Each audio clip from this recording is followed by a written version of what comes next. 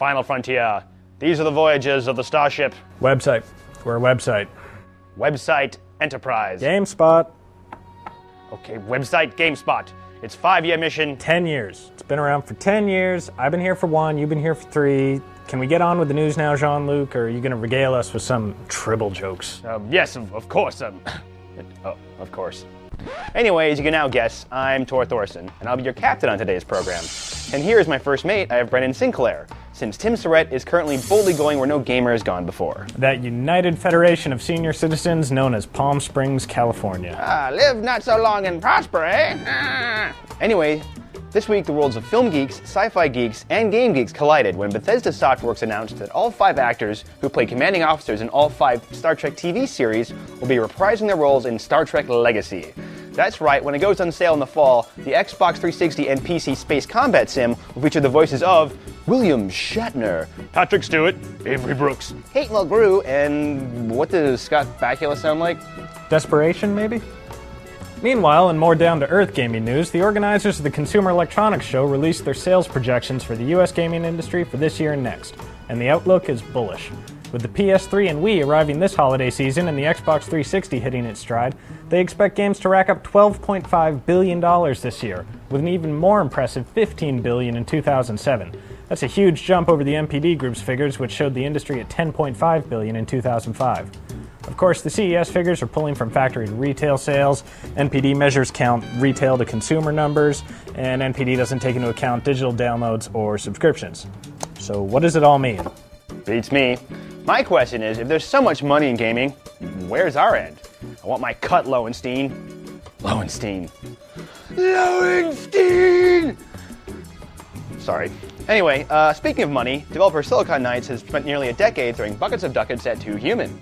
Partially inspired by Norse mythology, yo, Valhalla represent, those are my peoples, the game was originally announced in the late 1990s for the original PlayStation. And after Y2K brought civilization as we know it to an end, the title was then shifted over to the GameCube. In late 2005, Microsoft revealed 2 Human was in development for still another platform, the Xbox 360, and would use the latest version of Epic Games' Unreal Engine. However, over the weekend, word surfaced that Silicon Knights had completely abandoned the Unreal Engine and instead would remake the game using its own self-made technology. An uproar ensued, since the move would have meant a delay of months, if not years, for the game, which was displayed in an advanced state of development at E3. Thankfully, after a declining comment initially, Silicon Knights denied the rumors in the strongest possible terms, saying the game is still on track for release in the first half of 2007. Also this week, the Retail Radar picked up a few PSP games on GameStop's Coming Soon list. First off, there's EA Replay, a retro compilation of Electronic Arts hits from the early 90s, including Syndicate, Road Rash 1, 2, and 3, Wing Commander, Jungle Strike, Haunting starring Poltergeist, and more. Other new PSP games on the site this week include a port of Rainbow Six Vegas, Rocky 6, and something called Mock. And before Tor gets going about his 26-part Poltergeist fan fiction, let's toss it to our intern Patrick Caldwell, who's handling the breaking news on his last day here at GameSpot. Hey, what's wrong with Poltergeist?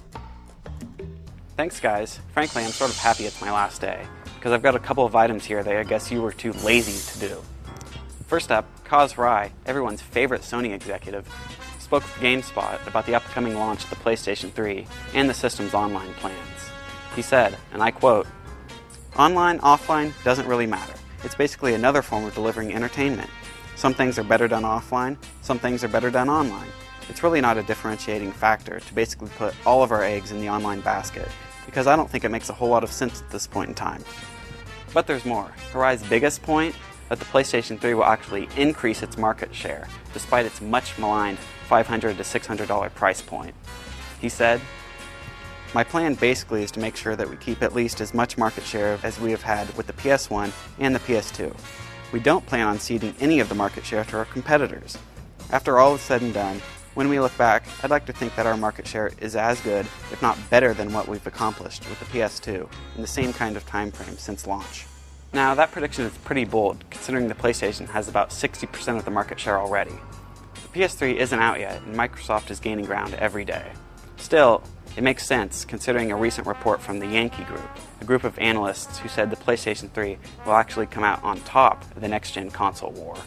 But enough about the console wars. Moving on, Ubisoft decided earlier this week that that after a flurry of Star Trek-related announcements last week and this week, it was bringing Star Wars Lethal Alliance to the Nintendo DS and the Sony PSP. The game stars a Rebel Alliance member, whose name I'm not even going to try to pronounce, and her security droid, Zio. The goal of the game, which takes place between last year's Revenge of the Sith and the original Star Wars film, A New Hope, is to steal the plans for the Death Star. Unfortunately, we weren't sure how many Bothon spies will die to get this information. For more on the game, check GameSpot for an exclusive Q&A with one of the game's developers. That about does it. Let's send it back to you hacks in the studio. And then, Poltergeist and Princess Tora lived happily ever after. Princess Tora? That's you, isn't it, Tor?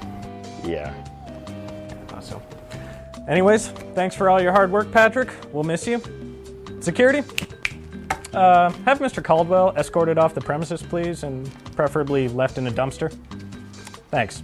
For GameSpot News, I'm Brendan Sinclair. And I'm Tor Thorson. For all the latest gaming news, like Reggie Fils-Aimé dishing new details about the Wii, and Jack Thompson's latest lawsuit against Take-Two, go to news.gamespot.com. Number 1, heading 034, warp 9. Just sad, isn't it?